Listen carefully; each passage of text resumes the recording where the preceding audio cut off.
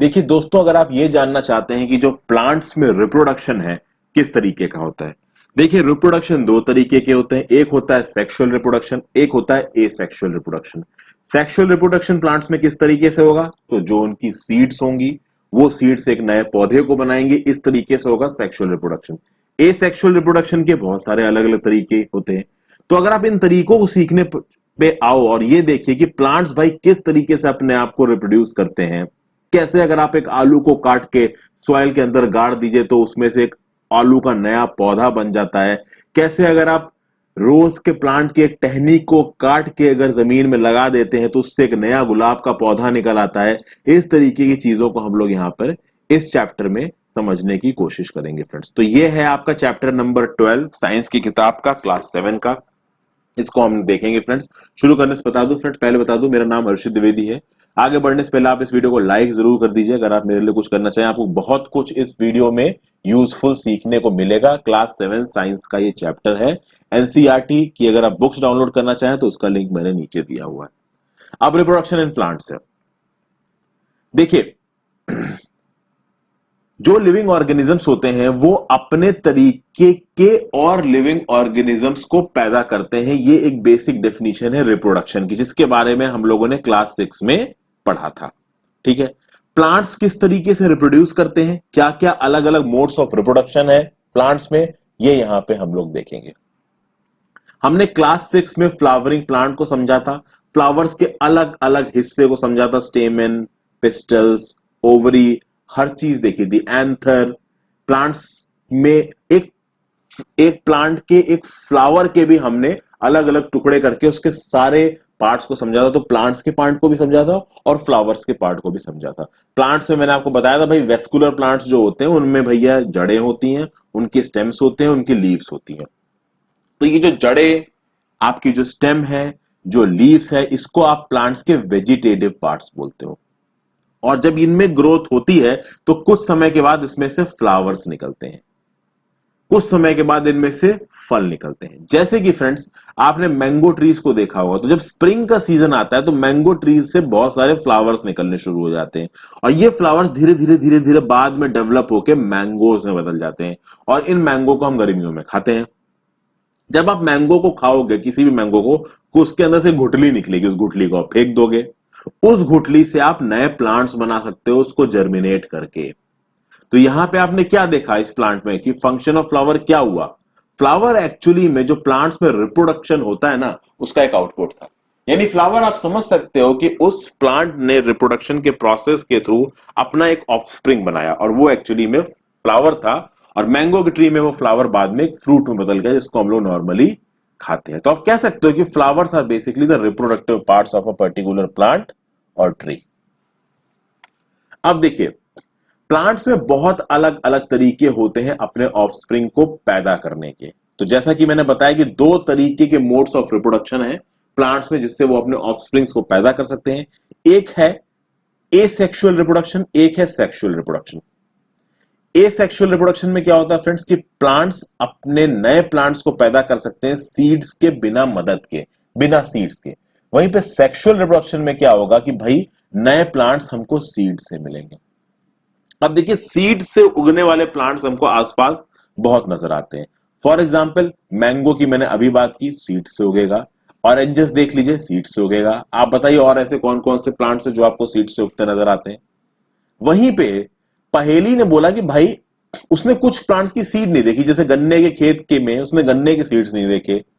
जो गुलाब का पौधा होता है तो उसने कभी नहीं देखा कि उसकी मम्मी कोई गुलाब की पौधे की सीड लेके आए, उससे गुलाब का पौधा निकलने लगा, नहीं। पोटैटो प्लांट की उसने कभी कोई सीड नहीं देखी। तो पहेली ने यह सोचा कि भाई जब ये प्लांट्स बिना सीड के पैदा हो रहे हैं तो ये एक्चुअली में कैसे पैदा हो रहे हैं, तो ये पैदा हो रहे हैं आपके एसेक्सुअल रिप्रोडक्शन से, जिसमें सीड्स की जरूरत नहीं होती है। नए plants without production of seeds हम पा सकते हैं। अब एसेक्सुअल रिप्रोडक्शन में एक तरीका होता है जिसको आप बोलते हो वेजिटेटिव प्रोपोगेशन। वेजिटेटिव प्रोपोगेशन एक ऐसे तरीके का एसेक्सुअल रिप्रोडक्शन होता है जिसमें रूट, स्टेम्स, लीव्स और बड्स की प्रयोग से आप नए प्लांट को बना सकते हो। और इसको आप क्या बोलोगे, वेजिटेटिव प्रोपोगेशन। किस किस चीज का प्रयोग करोगे, जड़ों का, स्टेम्स का, लीव्स का, बड्स का। बर्ड्स जहां से फ्लावर्स या फ्रूट्स निकलते हैं वो जगह को आप बड बोलते हो। एक एक्टिविटी लेते हैं 12.1। आप एक काम करिए, एक रोज के पौधे को या एक चंपे के पौधे को कि एक ब्रांच को काटिए और ब्रांच को कुछ इस तरीके से काटिए कि आप उसके नोड को भी काटिए। नोड क्या होता है? नोड एक्चुअली वो जगह होती है जहां से लीफ निकलती है। Node is a part of the stem branch at which a leaf rises. तो आप एक ब्रांच को काटिए, एक रोज के पौधे की, एक गुलाब के पौधे की पूरी ब्रांच को काटिए जिसमें उसकी नोड के साथ काटिए उसको। उस कटिंग को जहां से आपने काटा है उसको जमीन के अंदर लगाइए, ठीक है, थोड़ा हिस्सा बाहर रहेगा, और फिर उसको आप रोज पानी वगैरह दीजिए। और आप ये इंतजार करिए, देखिए कि उस रोज के पौधे में कितनी जल्दी रूट्स डेवलप होना शुरू होती हैं और कितनी जल्दी जो बाहर हिस्सा है उसमें से नए नए लीव्स आनी शुरू करती हैं। तो रोज के प्लांट के साथ ऐसा करिए। अब देखिए फ्रेंड्स, ये थोड़ी पेशेंट एक्टिविटीज हैं, इसमें आपको ओवरनाइट रिजल्ट्स नहीं लगेंगे कि भैया आपने लगाया और 2 दिन बाद उसमें भरे भरे गुलाब निकल आए। इन सब चीजों में समय लगता है, ठीक है। तो समझने के पर्सपेक्टिव से करना हो तो करिए, नहीं तो यूट्यूब पे वीडियोस देख के बहुत सारी आपको समझ में आ जाएगा। बहुत सारे लोग ऐसे प्लांट को, रोज की कटिंग को काट के वीडियोस बना रखी उन्होंने प्रैक्टिकल, आप जाके वहां पे भी देख सकते हैं। फिर आपके घरों में मनी प्लांट होगा। मनी प्लांट किस तरीके का दिखता है दोस्तों? अब देखिए ये मनी प्लांट है। इस मनी प्लांट को आपने ग्लास जार में लगा रखा है, ग्लास जार में आपने पानी भर रखा है। इस मनी प्लांट को लोग गमलों में भी लगाते हैं और नॉर्मली लोगों के घरों में मनी प्लांट मिल ही जाता है, ठीक है। तो आप मनी प्लांट को किस तरीके से उगा रहे हैं? ऑब्वियस सी बात है, एक उसकी ब्रांच को तोड़ा और फिर उस ब्रांच को आपने गमले में लगा दिया या किसी ग्लास जार में लगा दिया और धीरे धीरे देखा कि उसमें किस तरीके की ग्रोथ हो रही है। फिर आप देखोगे फ्रेंड्स, जैसे जैसे समय बीतता जाएगा, जो फ्लावर बर्ड्स होते हैं वो धीरे धीरे फ्लावर्स में चेंज होते हैं, ठीक है। यहां पे आप समझने की कोशिश कीजिए। Apart from the flower buds there are buds in the axil point of attachment of the leaf at the node of leaves which develop into shoots. These buds are called vegetative buds.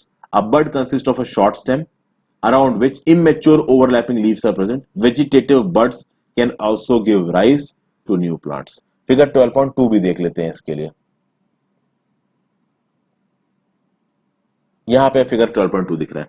देखिए यहां कहना क्या पा रहा है friends, जब भी कोई फ्लावर ग्रो होता है किसी रोज के पौधे में, देखिए तो जब फ्लावर ग्रो होता है तो उसके बड्स को ऑब्जर्व करिए आप, ठीक है ना। अब फ्लावर के बड्स किस तरीके से दिखते हैं ये भी दिखा देता हूं। ये देखिए दोस्तों, ये एक फ्लावर बड है, ये क्लोज्ड बड है राइट साइड पे, लेफ्ट साइड पे थोड़ा ओपन बड दिख रहा है। ये बड जब खुलेगा तो ऑब्वियस बात है पेटल्स बाहर निकालेंगे और बाद में पूरा गुलाब बन जाएगा। तो ऐसे होते हैं आपके फ्लावर बड्स। उसी तरीके से जहां पे लीफ निकलती है ना वहां पे भी कुछ बर्ड्स होते हैं फ्रेंड्स। तो बर्ड, फ्लावर बर्ड्स के अलावा there are buds in the axil. Axil क्या है?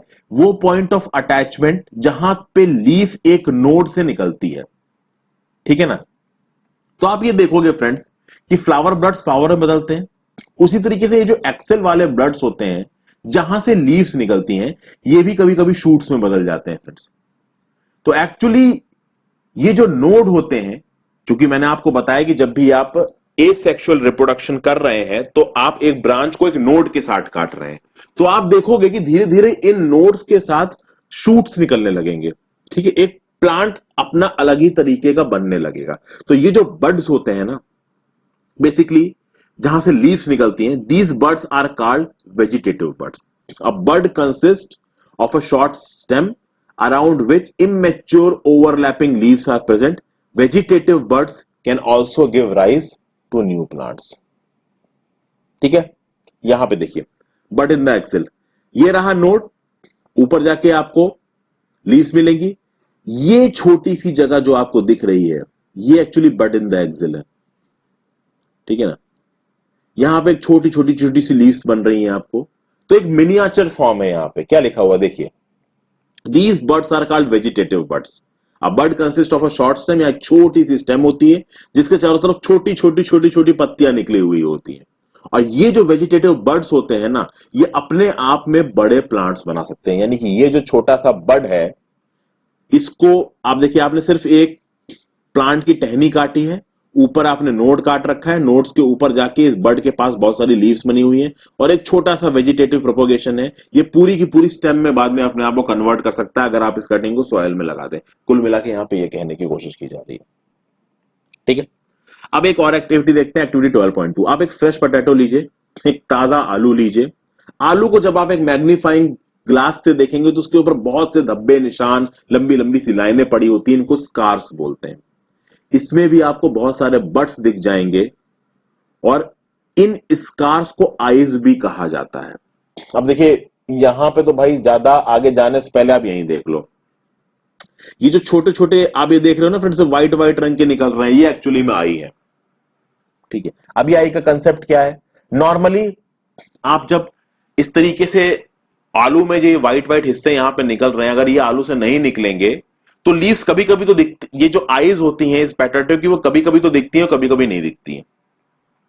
यहां पे इस एक्टिविटी में दिखाने की क्या कोशिश की जा रही है कि अगर आप एक पोटैटो को छोटे छोटे पोर्शंस में काट लें और कुछ ऐसा काटें कि भाई जो पोर्शन आपने काटे उसमें एक आई है और उसको सॉइल में बरी कर दें, उसको पानी वगैरह देते रहें, तो आप देखेंगे कि धीरे धीरे वो एक पौधे में कन्वर्ट होने लगेगा, आलू के पौधे में। तो जो आलू का पौधा होता है, एक जो आलू होता है, उस आलू को जब आप मैग्नीफाइंग ग्लास में देखेंगे तो कहीं कहीं पे छोटे छोटे से आपको धब्बे नजर आएंगे। वो जो धब्बे होते हैं वो एक्चुअली में आईज होते हैं, और वो आईज इस बात को कैपेबल होते हैं कि अगर उस आलू के एक हिस्से को काट दो और उसमें आई हो तो उस आई के दम पे वो जो पोटैटो है वो एक नया प्लांट बना देगा। कैसे बना देगा? देखिए, इन आईज से यहां पे स्प्राउट्स निकल रहे हैं, ये स्प्राउट बड़े होकर पूरा का पूरा पौधा बना सकते हैं। और ऐसा ही कुछ आपको जिंजर में भी देखने को मिलेगा। ये देखिए, जिंजर में भी कुछ ऐसे प्रोजेक्शंस होते हैं जहां से पूरा का पूरा पौधा निकल सकता है और अलग से एक जिंजर का प्लांट हमें मिल सकता है। जिंजर मतलब अदरक। टर्मरिक में भी कुछ ऐसा ही होता है। आगे देखते हैं फ्रेंड्स, यहां पे एक और बात की गई है। 12.4 फिगर में एक स्प्राउट लीफ प्लांट दिखाया गया है, ब्रायोफाइलम बोलते हैं। क्या कहता है कि इसके लीव्स के मार्जिन पे भी बर्ड्स हैं। यहां पे आपको बर्ड पूरी तरीके से समझ में आ जाएगा। ये देखिए फ्रेंड्स, इस लीव्स के कोनों में भी आपको बर्ड दिखाई दे रहे हैं। आप समझ गए ना कि बर्ड बहुत ही छोटे छोटे से प्रोजेक्शन है जिनसे अलग ही छोटी छोटी पत्तियां निकल रही हैं, और इन बर्ड में यह काबिलियत है कि ये नए स्टेम्स और नई पत्तियां बना सकते हैं। तो ये लीफ ऑफ ब्रायोफाइलम है, इससे छोटे छोटे बर्ड्स निकल रहे हैं। तो अब आपको समझ में आ गया होगा, अगर क्लियर नहीं होगा तो बर्ड क्या होते हैं। यहां पे ये बर्ड छोटे हैं, अगर एक अप्रोप्रिएट कंडीशन में लेके जाएंगे तो ये बर्ड बड़े भी हो सकते हैं। अभी ब्रायोफाइलम के केस में कैसे बड़े होंगे ये देखते हैं। अगर ब्रायोफाइलम की एक लीफ प्लांट से गिर के किसी मॉइस्ट सतह पे गिर जाती है मान लीजिए, तो ये हर एक बर्ड एक नया प्लांट बना सकता है ब्रायोफाइलम का।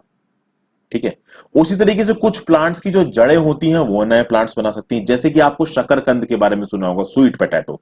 तो स्वीट पोटैटो अपने आप में एक नया प्लांट बना सकता है अगर आप उसकी जड़ों को काट के एक अलग जगह पे लगा दो। ऑब्वियसली आप प्रॉपर तरीके से लगाओगे। देखिए यहां पे आप कुछ भी काट के नहीं लगा सकते। जो लोग गार्डनिंग करते हैं, अगर आप किसी एक ऐसे पर्सन को जाते हो जो गार्डनिंग करते हैं, आपके घर में कोई माली आता है या घर के पास पास कोई नर्सरी है, तो वहां पे जाके वहां पे जो माली है उसको थोड़े बहुत पैसे देके आप उसको ये सब उसके सामने ये सब चीजें आप देख सकते हैं, क्योंकि वो तो डेली बेसिस पे ये काम करता है। आपके घर में गार्डन है तो आप वहां पे भी देख सकते हैं। अब जो कैक्टी टाइप के प्लांट्स होते हैं वो नए प्लांट्स बना देते हैं अगर आप उनके किसी भी पार्ट को काट कर कहीं सॉइल में लगा दो। ठीक है, उनका हर एक अलग अलग पार्ट एक नए प्लांट में निकल आएगा। कैक्टी प्लांट कौन से हैं वैसे तो आपको पता है, ये देखिए, ये रहे भैया आपके अलग अलग वेराइटी ऑफ कैक्टी प्लांट। आप समझ सकते हैं कैक्टस वाले प्लांट है। इनमें से किसी का भी एक छोटा हिस्सा काट के अगर आप लगा दोगे दूसरी जगह सॉइल में, तो भैया ऐसे ही प्लांट बाहर निकल आएंगे।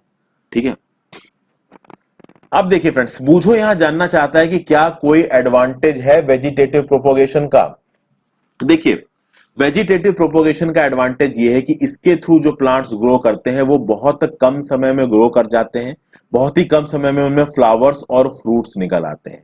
इसका एग्जांपल लीजिए फ्रेंड्स, अगर आपको गुलाब का पौधा लगाना है तो गुलाब के पौधे की ब्रांच लगाई आपने, और लगाने के आप मैक्सिमम देखोगे 20-25 दिन के अंदर आपको प्लांट मिल जाएगा। 2-3 महीने में उसमें से गुलाब भी आने शुरू हो सकते हैं अगर आप प्रॉपर कंडीशंस में उसको उगा रहे हो। लेकिन अगर आप एक मैंगो की सीड लगा के उसको जर्मिनेट करके मैंगो पाना चाहो तो आप अंदाजा लगा सकते हैं कितने समय लगेंगे। कभी आप आम के बागान में गए हैं, कभी आम के बागान में देखा है कि पेड़ कितने बड़े बड़े होते हैं, कभी सोचा है कि इतने बड़े पेड़ होने में कितने साल लग जाएंगे। तो अब आप समझ गए कि वेजिटेटिव प्रोपोगेशन के क्या फायदे हैं। वेजिटेटिव प्रोपोगेशन को ग्रो करने में कम समय लगता है, उसमें फ्लावर्स और फ्रूट जल्दी आ जाते हैं उन प्लांट्स के कंपैरिजन में जो कि सीड से ग्रो कर रहे हैं। और ये जो नए प्लांट ग्रो करते हैं ना वेजिटेटिव प्रोपोगेशन के थ्रू, ये एक्चुअली में एग्जैक्ट कॉपी होते हैं अपने पेरेंट प्लांट की। क्यों? क्योंकि एक तो ये सेक्सुअल रिप्रोडक्शन से नहीं आए हैं, ये एक सिंगल पेरेंट से आए हैं। तो ऑब्वियसली बात, अगर इनका एक सिंगल पेरेंट है तो सिंगल पेरेंट की सारी क्वालिटी होगी इनमें। आगे जब हम सेक्सुअल रिप्रोडक्शन की बात करेंगे तो वहां पे देखेंगे कि वहां पे जो नए प्लांट्स बनते हैं या नई सीड्स बनती हैं उनमें दोनों की क्वालिटीज होती हैं, जिनका सेक्सुअल रिप्रोडक्शन हो रहा है। ठीक है, आगे बात करते हैं। अब बडिंग की बात होगी। यहां पर बडिंग का क्या कंसेप्ट है फ्रेंड्स? मैंने आपसे पहले भी फ्रेंड्स यीस्ट के बारे में बात की है। यीस्ट टाइनी माइक्रो ऑर्गेनिजम्स होते हैं, माइक्रोस्कोपिक ऑर्गेनिजम्स है, ये आपको माइक्रोस्कोप के नीचे ही दिखेंगे, वैसे नहीं दिखेंगे। ये ईस्ट की जो रिप्रोडक्शन रेट होता है बहुत तगड़ा होता है। अगर इनको प्रॉपर कंडीशंस दी जाए तो कुछ घंटों में ये दुगने भी हो जाते हैं, दुगने तुगने हो जाते हैं, अगर प्रॉपर कंडीशंस दी जाए, प्रॉपर न्यूट्रिशन इनको दिया जाए। ईस्ट एक सिंगल सेल्ड ऑर्गेनिज्म होता है। अब यहां पे हमको देखना है कि भाई ये ईस्ट रिप्रोड्यूस कैसे करता है, और इसके रिप्रोडक्शन का प्रोसेस एक टीचर को डिमॉन्स्ट्रेट करने दीजिए, आप खुद से डिमॉन्स्ट्रेट मत करिएगा। उसकी कुछ वजह है, देखते हैं। आप काम करिए, एक ईस्ट का केक ले सकते हैं या फिर किसी बेकरी शॉप में जाइए, बेकरी शॉप में ईस्ट रेगुलरली यूज होता है, या केमिस्ट शॉप में आपको ईस्ट का पाउडर मिल जाएगा। आप ईस्ट का पाउडर लीजिए, अब एक पिंच ऑफ ईस्ट का पाउडर लीजिए और उसको एक कंटेनर में रखिए, उसमें थोड़ा पानी डालिए, थोड़ा शुगर डालिए और मिलाइए, उसको शेक करिए, और इसको रूम के एक वार्म पार्ट में, बिल्कुल गर्म हिस्से में नहीं, मतलब बिल्कुल गर्मी में नहीं, एक वार्म पार्ट में रखना है। 1 घंटे के बाद इस लिक्विड की एक ड्रॉप को उठा के आपको ग्लास स्लाइड पे रखना है, जो कि ग्लास स्लाइड हम माइक्रोस्कोप के नीचे रखते हैं, और फिर माइक्रोस्कोप में हमको नए ईस्ट की फॉर्मेशन को देखना है। तो शुरू में आपको ईस्ट सेल कुछ ऐसे नजर आएगी, नया जब बड बनेगा तो कुछ इस तरीके की प्रोजेक्शन निकलने लगेगी, फिर ये बड ऐसा हो जाएगा, फिर ऐसे बड और सारे हो जाएंगे। ये सब फिर जब आपस में टूट जाएंगे तो आप देख सकते हैं कि बहुत सारे अलग अलग ईस्ट सेल्स पैदा हो जाएंगी। तो ये जो स्मॉल बल्ब लाइफ प्रोडक्शन निकल रहा है ना फ्रेंड्स, यहां पे ये वाला ईस्ट सेल से, इसको ईस्ट की बड कहा जाता है। तो बड्स आप देख रहे हैं फ्लावर्स में भी निकल रही हैं, ब्लड्स आप देख रहे हैं लीव्स में भी निकल रही हैं, और ये बर्ड्स आपकी ईस्ट में भी निकल रही हैं। ये बड धीरे धीरे धीरे धीरे बढ़ेगी, और जब पेरेंट सेल से डिटैच हो जाएगी अपनी नई एक ईस्ट सेल बना देगी। नई ईस्ट सेल ग्रो करेगी, मैच्योर करेगी, और दूसरे ईस्ट सेल बनाएगी, तो एक्सपोनेंशियली ईस्ट की पॉपुलेशन बढ़ती जाएगी, अगर अप्रोप्रिएट मात्रा में उसको न्यूट्रिशन मिल रहा है तो। ठीक है, इसलिए शॉर्ट अमाउंट ऑफ टाइम में हम बहुत सारी ईस्ट सेल्स को बना सकते हैं। तो बडिंग का प्रोसेस फ्लावर में भी दिखा आपको, लीव्स में भी दिखा, और यहां ईस्ट में भी दिखा। अब हम बात करते हैं फ्रैगमेंटेशन की। इसकी कैसे बात करें? कभी कभी आपने पॉन्ड्स में, स्विमिंग पूल में, या कि ऐसी वाटर बॉडीज जहां पे मूविंग वाटर नहीं है, तो उन वाटर बॉडीज में, खासकर स्विमिंग पूल में अक्सर कर आपको ग्रीन पैचेस दिख जाते हैं अगर पानी को रेगुलरली साफ ना किया जाए। ये जो ग्रीन पैचेस होते हैं ये होते हैं एल्गी। एल्गी के बारे में पहले बात कर चुका हूं। ठीक है, अगर प्रॉपर वाटर और न्यूट्रिएंट्स अवेलेबल हैं, बहुत ज्यादा न्यूट्रिएंट्स नहीं, अप्रोप्रिएट अमाउंट में वाटर न्यूट्रिएंट्स अवेलेबल है, तो ये एल्गी बहुत तेजी से ग्रो करेगी, मल्टीप्लाई करेगी। और ये ग्रो मल्टीप्लाई कैसे करती है? कुछ उस ईस्ट की तरफ फ्रैगमेंटेशन के प्रोसेस से ये मल्टीप्लाई करती है। एक जो एल्गी होती है वो 2 अलग अलग फ्रैगमेंट्स में ग्रो करती है, फिर वो फ्रैगमेंट्स और अलग अलग फ्रैगमेंट्स में ब्रेक करके ग्रो करते चले जाएंगे, और अगर ये प्रोसेस चलता चला गया तो एक बहुत बड़े एरिया पे एक बहुत छोटे टाइम में जो आपकी एल्गी है वो डोमिनेट कर सकती है। ठीक है, एल्गी को आप स्पाइरोगायरा भी बोलते हैं।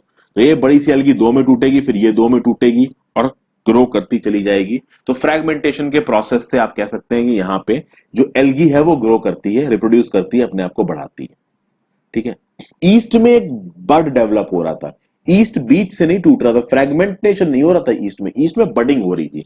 एक ईस्ट की सेल में छोटा सा ऊपर बड बन रहा था, फिर वो बड धीरे धीरे बड़ा होगा, बहुत सारे बडों की चेन बनेगी, और फिर वो चेन जब टूट जाएगी बहुत सारी अलग अलग ईस्ट सेल बन जाएंगी। लेकिन यहां पे एक एल्गी आपस में टूट रहा है बीच से, फिर अलग होके वो बढ़ेगा, फिर वो फर्दर टूटेगा, और इस तरीके से एल्गी की पॉपुलेशन बढ़ेगी। तो एल्गी की पॉपुलेशन बढ़ती है by the mode of fragmentation, और ईस्ट सेल की पॉपुलेशन बढ़ती है by the mode of budding. ठीक है, एक और पॉपुलेशन बढ़ाने का तरीका है स्पोर फॉर्मेशन, और इस स्पोर फॉर्मेशन के चलते आपके घर में रखे रखे ब्रेड पे कभी कभी फंजी आ जाता है। क्या होता है भाई इसमें? चैप्टर 1 में मैंने आपको समझाया था फ्रेंड्स कि देखिए एक ब्रेड पीस पे फंजी ग्रो कर जाता है। अगर एक ब्रेड पीस आपके घर में किसी एक ऐसी जगह पे रखा है जहां पे मॉइस्चर कंटेंट ज्यादा है, जहां पे गर्मी ज्यादा है, तो वो हवा से कुछ ऐसे स्पोर्स को उठा सकता है, ठीक है, जो उस ब्रेड पे कॉटन लाइक मैश बना देंगे। और वो एक्चुअली में जो कॉटन लाइक मैश होगी ना, वो एक्चुअली में होगी आपकी फंजी। ये जो स्पोर फॉर्मेशन कैसे होता है, क्या होता है फ्रेंड्स, बहुत सारे स्पोर्स होते हैं जो हवा में फ्लोट करते रहते हैं।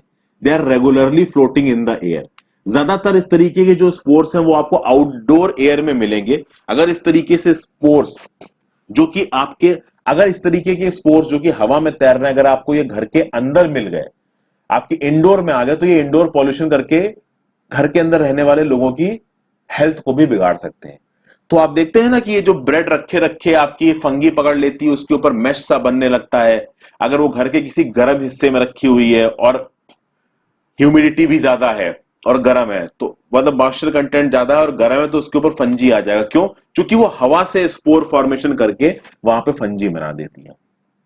तो ये जो फंजी का तरीका है ना friends, actually this is also an asexual reproductive process. ये जो स्पोर्स होते हैं, ये एसेक्सुअल रिप्रोडक्टिव बॉडीज होती हैं, हवा में तैरती रहती हैं। हर जो स्पेयर होती है इसके ऊपर एक हार्ड प्रोटेक्टिव कोट होता है, इसलिए ये अनफेवरेबल कंडीशंस को भी झेल लेती है। यानी कहीं पर अगर टेम्परेचर ज्यादा है वहां पे सर्वाइव कर जाएगी, कहीं पर अगर ह्यूमिडिटी कम है वहां पे भी सर्वाइव कर जाएगी, और बहुत लंबे समय के लिए सर्वाइव कर जाती है। ठीक है, बस ये हवा में घूमती रहेंगी, ये आपको रियल में दिखेंगी तब जब इनको कंडीशंस फेवरेबल मिल जाए। जैसे कि अगर आप ब्रेड को आपने फ्रिज में रख दिया तो वहां कभी फंजी नहीं बनेगी, उस पे वहां कभी स्पोर फॉर्मेशन नहीं होगा। लेकिन वहीं वो ब्रेड को आपने बाहर रख दिया एक ह्यूमिड एनवायरनमेंट में, गर्म टेम्परेचर में, तो भैया वहां आपका वो स्पोर इफेक्ट कर जाएगा और फंजी बननी शुरू हो जाएगी। ठीक है, तो under a favourable condition a spore germinates and develops into a new individual. ठीक है, अगर आप इन्वायरमेंट में देखेंगे तो इन्वायरमेंट में बहुत तरीके के पौधे इस तरीके से ग्रो करते हैं, जैसे कि moss, ferns, they grow by the means of spores. ये भी एक तरीके का एसेक्सुअल रिप्रोडक्शन है। This is not a sexual reproduction, ये एसेक्सुअल रिप्रोडक्शन है। फर्न्स, मॉसेस, आपकी ब्रेड्स के ऊपर फंजी, ये इस तरीके से लगती है। अब हम बात करते हैं, देखिए हमने बहुत सारे तरीके की एसेक्सुअल रिप्रोडक्शन के तरीके देख लिए। अब बात करेंगे सेक्सुअल रिप्रोडक्शन के। और सेक्सुअल रिप्रोडक्शन के तरीके को देखने के लिए आपको एक फ्लावर के अलग अलग हिस्सों को समझना होगा, जो कि पिछले ही साल की यानी क्लास 6 की एनसीईआरटी साइंस में मैं बता चुका हूं। तो आप मेरे प्लेलिस्ट सेक्शन हर्षित द्विवेदी चैनल के प्लेलिस्ट सेक्शन में जाइए, वहां पे एनसीईआरटी क्लास 6 की साइंस की किताब की मैंने प्लेलिस्ट बना रखी है। उस प्लेलिस्ट में फ्लावर्स वाला चैप्टर ढूंढिए, फ्लावर्स की क्लासिफिकेशन को देखिए, मैंने बहुत ढंग से समझाया वहां पे। तो मैं यहां पे ये मान के चल रहा हूं कि भैया आपको स्ट्रक्चर ऑफ फ्लावर समझ में आ गया, और आपको पता है कि फ्लावर में रिप्रोडक्टिव पार्ट्स होते हैं। बहुत सारे ऐसे फ्लावर्स होते हैं जिसमें केवल मेल रिप्रोडक्टिव पार्ट होते हैं, बहुत सारे ऐसे फ्लावर्स होते हैं जिसमें केवल फीमेल रिप्रोडक्टिव पार्ट होते हैं, बहुत सारे ऐसे फ्लावर्स होते हैं जिसमें दोनों मेल रिप्रोडक्टिव और फीमेल रिप्रोडक्टिव पार्ट्स होंगे। तो अगर मेल रिप्रोडक्टिव पार्ट्स की बात की जाए तो कहां कौन से होते हैं मेल रिप्रोडक्टिव पार्ट्स? स्टेमेंस, सुना हुआ लग रहा होगा। फीमेल रिप्रोडक्टिव पार्ट्स कौन से होते हैं? पिस्टल। फिगर 12.9 देख लेते हैं। यहां पे देखिए, ये ऊपर जो आपको दिख रहा है ये है आपका स्टेमन। इस स्टेमन में एक फिलामेंट है और ऊपर की तरफ ये जो छोटा सा निकला हुआ एंथर है। मैंने आपको बताया था कि ऐसे तोड़ तोड़ के इन एंथर्स को आपस में लड़ा के कंपटीशन करते थे हम लोग छोटे में। फिर पिस्टल की बात करें तो पिस्टल में आपको नजर आ रहा है फ्रेंड्स, ऊपर स्टिग्मा है, नीचे स्टाइल है, यहाँ ओवरी है। ओवरी को अगर काट के देखेंगे तो अंदर कुछ इस तरीके का क्रॉस सेक्शन आपको नजर आएगा। इस ओवरी के अंदर पाए जाते हैं ओव्यूल, और ओव्यूल के अंदर पाए जाते हैं फीमेल गैमेट्स। उस पर हम थोड़ी देर में आते हैं। तो एक फ्लावर अगर आपको यहां पे दिखे तो बीच में ये आपको स्टिग्मा नजर आ रहा है। ठीक है, बीच में आपको ये स्टिग्मा नजर आ रहा है, बीच में आपको ये फीमेल रिप्रोडक्टिव पार्ट नजर आ रहा है, और साइड्स में आपको ये नजर आ रहे हैं आपके एंथर वाले पार्ट्स, यानी स्टेमन नजर आ रहा है, जो कि है आपका एक मेल रिप्रोडक्टिव पार्ट।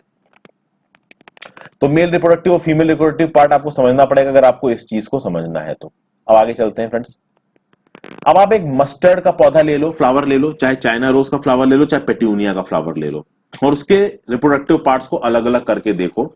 स्टेमेंस को स्टडी करिए, पिस्टल्स को स्टडी करिए। जैसा कि मैंने आपको बताया कि कुछ ऐसे फ्लावर्स होंगे जिसमें या तो केवल पिस्टल होंगे या केवल स्टेमन होंगे, यानी या तो केवल फीमेल रिप्रोडक्टिव ऑर्गन्स होंगे या केवल मेल रिप्रोडक्टिव ऑर्गन्स होंगे। तो ऐसे फ्लावर्स जिसमें केवल एक तरीके का रिप्रोडक्टिव ऑर्गन है उसको आप बोलोगे यूनिसेक्सुअल फ्लावर्स।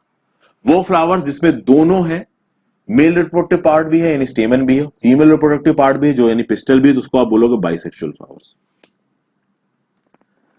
एग्जाम्पल्स देखते हैं तो भैया यूनिसेक्सुअल फ्लावर्स के एग्जाम्पल है कॉर्न, पपाया और क्यूकम्बर। ठीक है। अगर बाइसेक्सुअल फ्लावर्स की एग्जाम्पल देखे जाए तो मस्टर्ड, रोज और पेट्यूनिया, ये हैं आपके बाइसेक्सुअल फ्लावर्स। ओके,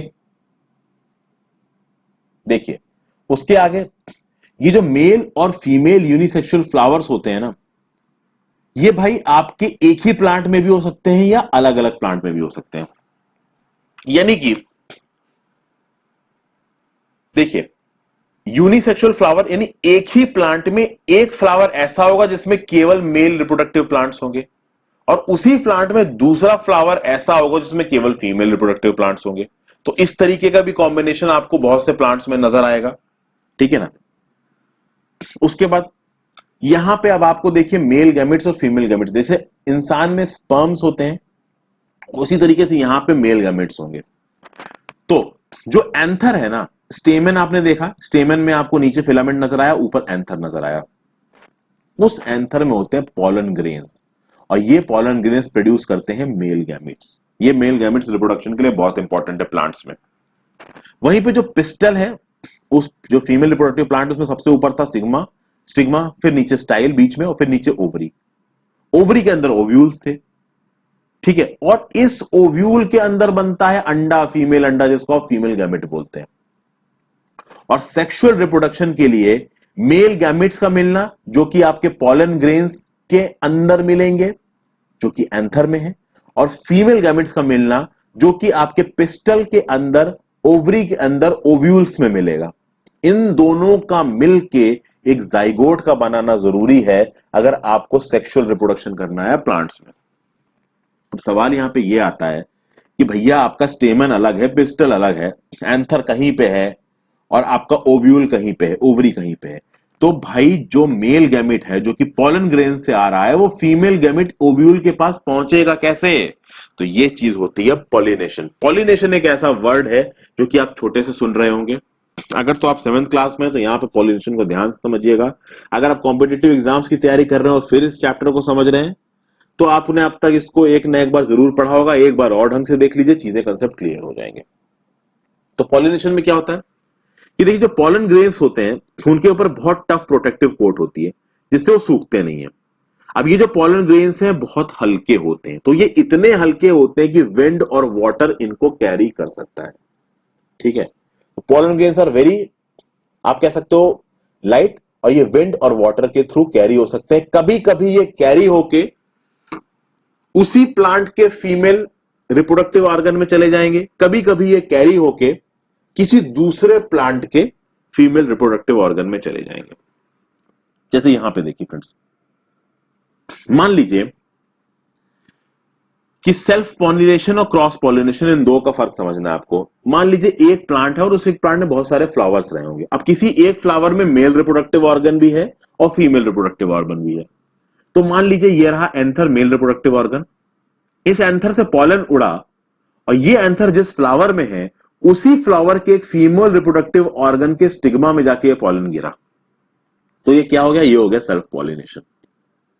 वहीं पे आप मान लीजिए फ्रेंड्स कि एक प्लांट में ये वाला फ्लावर था और उसी प्लांट में एक दूसरा फ्लावर भी था। तो मान लीजिए इस एक फ्लावर के एंथर से उड़ के उसी प्लांट के दूसरे फ्लावर के स्टिग्मा में अगर ये पॉलन गया तो वो भी सेल्फ पॉलिनेशन होगा। यानी यहां पे प्लांट नहीं बदल रहा है, या तो प्लांट के किसी एक फ्लावर के मेल और फीमेल के बीच ही में पॉलिनेशन हो रहा है, या फिर उस एक प्लांट के दो अलग अलग फ्लावर्स के मेल और फीमेल, आप कह सकते हैं कि एलिमेंट्स के बीच में आपका जाइगोट बन रहा है। तो ये तो हो गया सेल्फ पॉलिनेशन। क्रॉस पॉलिनेशन में क्या होगा फ्रेंड्स कि अगर ध्यान दीजिएगा, प्लांट अलग अलग है, मतलब कि एक एंथर उड़ा एक स्टेमन से और वो एंथर किसी दूसरे पौधे के फीमेल रिप्रोडक्टिव ऑर्गन स्टिग्मा पे जाके गिरा तो उसे बोलोगे क्रॉस पॉलिनेशन, बशर्ते जो दूसरा फ्लावर है, वो जो दूसरा पौधा है, वो पौधा भी उसी टाइप का ही है। आई होप आपको समझ में आ गया होगा। अब यही चीज यहां पे लिखी हुई है, मैं आपको पढ़ के बताता हूं। देखिए, अच्छा एक चीज और, पॉलिनेशन के लिए एक और बहुत तगड़े जो एजेंट्स होते हैं वो होते हैं इंसेक्ट्स। इंसेक्ट्स पॉलिनेशन करते हैं, आपने सुना होगा बटरफ्लाइज भी पॉलिनेशन करती हैं। Butterflies are a major source of pollination, यहां लिखा नहीं है, ठीक है। तो इंसेक्ट्स बहुत सारे फ्लावर्स को और पॉलन को अपनी बॉडीज पे लेके जाते हैं, ठीक है। तो some of the pollens land on the stigma of a flower of the same kind. ध्यान दीजिएगा, the transfer of pollen from the anther to the stigma of a flower is called pollination, ये हमने देखा। If the pollen lands on the stigma of the same flower or another flower of the same plant, this is called self pollination, ये मैंने समझा दिया। उसके बाद ये लाइन बहुत ध्यान से पढ़िएगा, when the pollen of a flower lands on the stigma of a flower of a different plant of the same kind, यानी यहां पे एंथर एक दूसरे प्लांट के फ्लावर का है और स्टिग्मा किसी दूसरे प्लांट के फ्लावर का होगा, बशर्ते प्लांट एक तरीके का हो, तो इसको आप क्या बोलोगे? Cross pollination. समझ गए दोस्तों? और यहां पे आप देखिए फ्रेंड्स, पॉलन ग्रेन यहां आ गया, ओवम यहां पे है, अंदर जाइगोट का फॉर्मेशन हो रहा है। तो जब ये मेल और फीमेल गैमेट्स मिलके जाइगोट का फॉर्मेशन करेंगे, उसको आप क्या बोलोगे? फर्टिलाइजेशन। अब देखते हैं फर्टिलाइजेशन। फर्टिलाइजेशन में क्या होगा? Cells which results after the fusion of the gametes is called zygote, यानी मेल गैमेट और फीमेल गैमेट मिलकर जो बनाएंगी वो होगा zygote. The process of fusion of male and female gametes to form a zygote is known as fertilization। और फिर ये जो जाइगोट है ये अपने आप को एम्ब्रियो में कन्वर्ट करेगा। तो मेल और फीमेल गैमेट्स मिलकर बनाएंगे जाइगोट फर्टिलाइजेशन के प्रोसेस के थ्रू, और फिर ये जाइगोट अपने आप को एक एम्ब्रियो में कन्वर्ट करेगा। अब हम बात करते हैं फ्रूट्स एंड सीड फॉर्मेशन की। देखिए फ्रेंड्स, जब फर्टिलाइजेशन का प्रोसेस होगा तो जो ओवरी होगी, मैंने आपको बताया था फ्रेंड्स, ओवरी है, ओवरी के अंदर ओव्यूल्स हैं, ओव्यूल्स के अंदर फीमेल गैमेट्स हैं। जो ओवरी है वो बड़े होके बन जाएगी फ्रूट, और जो बाकी जो पार्ट्स ऑफ द फ्लावर है वो भाई गिर जाएंगे, टूट टूट के अलग अलग हो जाएंगे। पहले तो ओवरी छोटी सी थी, वो ओवरी बढ़ के बनेगी फ्रूट, और बाकी जो पार्ट्स ऑफ द फ्लावर है वो गिर जाएंगी। ये सारे सीड्स वाले प्लांट्स में होता है, ठीक है। तो fruit is the ripened ovary, okay. और उस ओवरी के अंदर जो ओव्यूल्स थे वो ओव्यूल्स सीड में कन्वर्ट हो जाएंगे। तो आप मैंगो खाते हैं तो मैंगो तो हो गई ओवरी जो पहले आपकी थी फीमेल रिप्रोडक्टिव ऑर्गन में। उस मैंगो के अंदर जो सीड है वो ओव्यूल्स जो कि ओवरी के अंदर थे शुरुआत में जो हमने देखा था, और इस सीड के अंदर में होगा एम्ब्रियो जो कि मेल और फीमेल गैमेट ऑर्गन से मिलके बना है। समझ गए? तो बहुत सारे फ्रूट्स फ्लैशी होते हैं, बहुत सारे जूसी होते हैं। जूसी में आपके फ्रेंड्स मैंगो, ऑरेंज आते हैं, ठीक है। बहुत सारे फ्रूट्स हार्ड होते हैं, जैसे आलमंड्स हो गया, वॉलनट्स हो गया। आलमंड और वॉलनट की फोटो ऊपर दिखा रखी है। अब सीड डिस्पर्सल की थोड़ी बात कर लेते हैं फ्रेंड्स। जब सीड डिस्पर्सल की बात आई, ठीक है, तो आपको पता है फ्रेंड्स, एक ही तरीके के प्लांट्स बहुत अलग अलग जगह पे ग्रो करते हैं। आपको पता है आम इंडिया में भी ग्रो करते हैं, अफ्रीका में भी ग्रो करते हैं, यूएसए में भी ग्रो करते हैं। और ये तब होता है जब भाई सीड्स का डिस्पर्सल हो अलग अलग प्लेसेस में।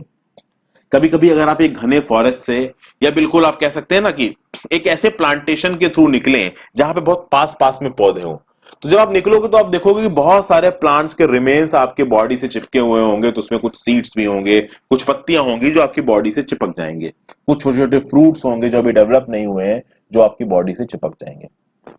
तो यहां से आप अंदाजा लगा सकते हो फ्रेंड्स कि नॉर्मली ये जो सीड डिस्पर्सल है ये कैसे होता होगा। समझ गए? अब देखिए, अगर एक प्लांट का जो सीड है, मतलब एक तरीके के प्लांट के सारे सीड्स अगर एक ही जगह पे होते तो क्या सही होता? बिल्कुल सही नहीं होता, क्योंकि एक तरीके के प्लांट के सारे सीड्स अगर एक ही जगह पे होंगे तो वो एक ही रिसोर्स के लिए बहुत सारे लोग कंपटीशन कर रहे होंगे, तो वहां पे डाइवर्सिटी नहीं हो पाएगी। तो वहां पे उनके बीच में सनलाइट, वाटर, खाना, जगह सबके लिए कंपटीशन होगा, तो हेल्दी प्लांट्स नहीं होंगे, बहुत ज्यादा कंपटीशन हो जाएगा। इसलिए जरूरी है कि सीड का डिस्पर्सल हो। एक ही तरीके के प्लांट जितनी जगह दूर दूर जगहों पे ग्रो करेगा उतना ही वो हेल्दी प्लांट में अपने आप को कन्वर्ट होगा। सीड डिस्पर्सल उस प्लांट को बेनिफिट करता है क्योंकि उसको कंपटीशन नहीं करना पड़ता जगह के लिए, ठीक है। फिर जब प्लांट्स अलग अलग जगह पर पहुंचेंगे तो उनको मौका मिलेगा नए नए हैबिटाट्स में अपने आप को फैलाने का। अब देखा जाए तो भाई इन प्लांट्स के जो सीड्स हैं या फ्रूट्स हैं एक जगह से दूसरी जगह पे कैसे फैलते हैं, तो भाई विंड एक फोर्स ऑफ एक फैक्टर है, वाटर एक फैक्टर है, कई कई एनिमल्स की स्किन पर बैठ के चीजें एक जगह से दूसरी जगह ट्रांसफर हो जाती हैं। बहुत सारे तरीके की जो सीड्स हैं, जैसे फॉर एग्जांपल ड्रम स्टिक और मैपल की सीड्स कुछ विंग्ड शेप की होती हैं। तो यहां देखिए जो ए वाला फिगर है ये ड्रम स्टिक की सीड है, जो बी वाला फिगर है ये मैपल की सीड है। तो ये जो भाई ड्रम स्टिक की और मैपल की जो विंग सीड्स हो गई, फिर जो ग्रास की जो लाइट सीड्स होती हैं, या आंख मदार की जो हेरी सीड्स होती हैं, या सनफ्लावर का जो हेरी फ्रूट होता है। यहां पे देखिए फ्रेंड्स, ए वाले फिगर में दिख रहा है हेरी फ्रूट ऑफ सनफ्लावर, बी वाले फिगर में दिख रहा है आपका हेरी सीड ऑफ मदार आंख। तो इस तरीके की जो चीजें होती है ना फ्रेंड, इस तरीके की जो सीड्स है ना, उनको हवा बहुत दूर दूर तक उड़ा के ले जाती है। बहुत सारे सीड्स आपके वाटर से भी डिस्पर्स हो जाते हैं, जैसे पानी कहीं से बहा, रिवर कहीं से बही, तो ये बहुत सारे फ्रूट्स और सीड्स में फ्लोटिंग अवेलेबिलिटी होती है, क्योंकि वो अपनी आउटर लेयर को स्पॉन्जी कर लेते हैं, फाइब्रस कर लेते हैं, तो वो पानी में तैर सकते हैं। तो पानी के थ्रू वो दूर दूर तक चले जाएंगे। यहां पे सीड डिस्पर्सल की बात हो रही है कि भाई कौन कौन सी वैरायटी कितनी दूर दूर तक अपने आप को लेके जा सकती है। फिर बहुत सारे सीड्स होते हैं जो एनिमल्स के थ्रू दूर दूर तक चले जाते हैं, जैसे फॉर एग्जांपल जो स्पाइनी सीड्स होते हैं वो एनिमल्स की बॉडी के बाहर अटैच हो जाएंगे, क्योंकि उनके सीड्स में हुक्स लगे हुए हैं और दूर दूर प्लेसेस में चले जाएंगे। इसमें कुछ एग्जांपल है ज़ैंथियम और यूरेना। फिर कभी कभी जब कोई फल फटता है तो फटने की वजह से सडन जर्क लगता है, जिसकी वजह से सीड बहुत दूर दौड़ता है जाके, यानी जहां पे पेरेंट प्लांट है उससे बहुत दूर जाके सीड उड़ेगा, फिर वो सीड एक नया प्लांट बनेगा, उससे नए फ्रूट्स निकलेंगे, वो फ्रूट फिर फटेगा, फिर वो सीड दूर जाके उगड़ेगा। इससे भाई जो प्लांट डिस्पर्सल है, जो सीड डिस्पर्सल है, बहुत ज्यादा हो जाता है। ये होता है आपका बल्सम और कैस्टर के केस में। तो ये जो एग्जांपल्स हैं इनको आप नोट डाउन कर लो फ्रेंड्स, ठीक है। कैसे कैसे ये सीड डिस्पर्सल हो रहा है, कौन कौन से ऐसे सीड्स हैं जो एनिमल्स के थ्रू डिस्पर्स हो रहे हैं, कौन कौन से ऐसे सीड्स हैं जो वाटर के थ्रू डिस्पर्स हो रहे हैं, कौन कौन से ऐसे सीड्स हैं जो विंड के थ्रू डिस्पर्स हो रहे हैं, कौन कौन से ऐसे सीड्स हैं जो फ्रूट्स के फटने की वजह से, जर्क की वजह से उड़ के दूर जा रहे हैं। ये देख लीजिए फ्रेंड्स, और इनके एग्जाम्पल्स को आप रट लीजिए, एग्जाम्स में नोट करने में और सब्जेक्टिव आंसर्स को लिखने में आपको मदद पड़ सकती है। और जो यूपीएससी की तैयारी कर रहे हैं, एमसीक्यूज इस चैप्टर से बन सकते हैं। तो हमने यहाँ पे देखा भाई ए सेक्सुअल रिप्रोडक्शन क्या होता है, बडिंग क्या होती है, एम्ब्रियो मेल फीमेल गैमेट्स से मिलकर बनता है, फर्टिलाइजर क्या होता है, वही मेल फीमेल गैमेट्स से मिलना, फ्रैगमेंटेशन से कैसे बनेंगी चीजें, एल्गी फ्रैगमेंटेशन करता है, गैमेट्स क्या होते हैं, हाइफा, ओव्यूल, याद करिए हाइफा क्या है, ध्यान दीजिए, pollen grain, pollen tube, pollination, solid dispersal, sexual, spore, sporangium. अब ये हाइफा और स्पोरेंगियम क्या है कमेंट में बताइए। वेजिटेटिव प्रोपोगेशन की बात कर ली, जाइगोट की भी बात कर ली। एक बार छोटा सा इसका रिकैप कर लेते हैं। तो हमने देखा भैया सारे ऑर्गेनिजम्स मल्टीप्लाई करते हैं, रिप्रोड्यूस करते हैं अपने तरीके के और ऑर्गेनिजम्स बनाने के लिए। प्लांट्स में दो मोड्स ऑफ रिप्रोडक्शन होते हैं, एक होता है एसेक्सुअल मोड ऑफ रिप्रोडक्शन जिसमें किसी भी सीड का इन्वॉल्वमेंट नहीं होता, सेक्सुअल मोड ऑफ रिप्रोडक्शन जिसमें सीड का इन्वॉल्वमेंट होता है। जब एसेक्सुअल रिप्रोडक्शन का मोड आया तो भैया बहुत अलग अलग तरीके हैं, जैसे फ्रैगमेंटेशन, एल्गी दो भागों में टूट गया, बडिंग, ईस्ट सेल बहुत सारे अलग अलग सेल्स में बट गई, स्पोर फॉर्मेशन, आपके घर में रखा हुआ ब्रेड अगर किसी गीली जगह पे रखा है, हाई टेम्परेचर में रखा है तो स्पोर फॉर्मेशन हो जाएगा, क्योंकि हवा की जो फंजी है, जो स्पोर्स हैं, उनको एक जगह मिल जाएगी बैठ के प्रोपोगेट करने के लिए। और वेजिटेटिव प्रोपोगेशन की आपने एक गुलाब के पौधे के टहनी को काट के सॉइल में लगा दिया और वो प्लांट में कन्वर्ट हो गई, पोटैटो को काट के सॉइल में लगा दिया, प्लांट में कन्वर्ट हो गया। सेक्सुअल रिप्रोडक्शन में क्या हुआ कि भैया फ्लावर्स के अंदर स्टेमेन जो कि मेल थे और पिस्टल जो कि फीमेल थे, उनके अंदर मेल और फीमेल गैमेट्स मिले। तो भैया स्टेमेन में एंथर के अंदर पॉलन ग्रेन्स मिले, वो देते हैं आपके मेल गैमेट्स, और फीमेल में पिस्टल के अंदर, ओवरी के अंदर ओव्यूल्स मिलते हैं, वो देते हैं फीमेल गैमेट्स। ये दोनों मिलके आपका सेक्सुअल रिप्रोडक्शन करेंगे प्लांट्स में। वेजिटेटिव रिप्रोडक्शन में क्या हो रहा है फ्रेंड्स कि नए प्लांट्स को आप बना रहे हो वेजिटेटिव पार्ट्स के थ्रू, लीव्स, स्टेम्स और रूट्स के थ्रू।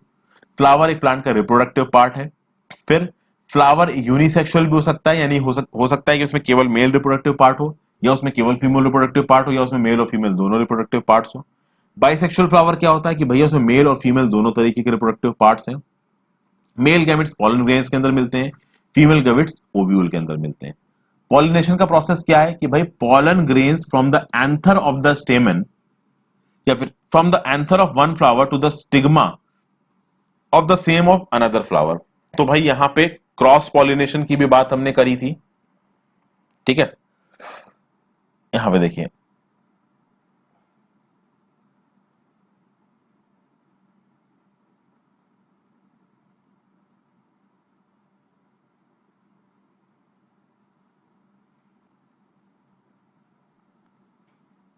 दो तरीके की पॉलिनेशन की बात हुई, सेल्फ पॉलिनेशन, क्रॉस पॉलिनेशन। इस सेल्फ पॉलिनेशन और क्रॉस पॉलिनेशन को जरूर याद रखिए फ्रेंड्स, तभी मैंने पीछे लाके आपको इसको रिमाइंड कराने की कोशिश की है। कभी भी सेल्फ पॉलिनेशन और क्रॉस पॉलिनेशन को मत घूमिएगा। तो यहाँ पे दो टाइप्स दे रखे हैं, सेल्फ पॉलिनेशन, क्रॉस पॉलिनेशन के, बार बार मुंह फाड़ के समझा चुका हूं, बार फिर से नहीं बोलूंगा। पॉलिनेशन प्लांट्स में होता है, बहुत सारे फैक्टर्स काम करते हैं, इंसेक्ट्स, बटरफ्लाइज, विंड, वाटर, ये सब काम करते हैं। फर्टिलाइजर में मेल और फीमेल गैमेट्स मिलेंगे, मिल्क एक फर्टिलाइज एग बनेगा जिसको आप जाइगोट बोलते हैं, जाइगोट एक एम्ब्रियो में बनेगा, एम्ब्रियो के बाहर होती है सीड, सीड आपकी बनती है ओव्यूल से, और जो ओवरी होती है वो आपकी फ्रूट में कन्वर्ट हो जाती है। सीड डिस्पर्सल कौन कौन करता है, तो भैया वाटर से भी सीड डिस्पर्सल होता है, विंड से भी होता है, एनिमल्स से भी होता है। ठीक है, सीड डिस्पर्सल प्लांट के लिए अच्छा होता है क्योंकि एक जगह पे एक ही तरीके की सीड्स की ओवर क्राउडिंग अवॉइड होती है। तो भाई अलग अलग रिसोर्सेज के लिए जैसे कि वाटर, मिनरल्स और सनलाइट के लिए कंपटीशन कम होता है, अलग अलग जगह पे जाएंगी तो नए नए हैबिटाट्स में अपने आप को ग्रो करेंगी, ये फायदे हैं कुछ। तो हमने ये देखा फ्रेंड्स आपका ये चैप्टर 12th में, आई होप मैं जस्टिस कर पाया हूं आपको समझाने में, जितना ज्यादा डिटेल हो सकी है, जितना ज्यादा प्रैक्टिकल तरीके से मैं यहाँ पे आपको समझा चुका हूं, मैंने समझाया है। वीडियो थोड़ी सी भी अच्छी लगी हो तो फ्रेंड्स इतना कर दीजिएगा, लाइक कर दीजिए। उससे ज्यादा कुछ करना चाहते हो तो चैनल को सब्सक्राइब कर लीजिए, जितना ज्यादा आप लाइक करोगे यूट्यूब उतने ही ज्यादा मेरी वीडियोस को अपने जो रिकमेंडेशंस में है उसमें प्रमोट करेगा। तो thank you for watching this video, अपना टाइम देने के लिए धन्यवाद, ध्यान रखिए अपना और पढ़ते रहिए।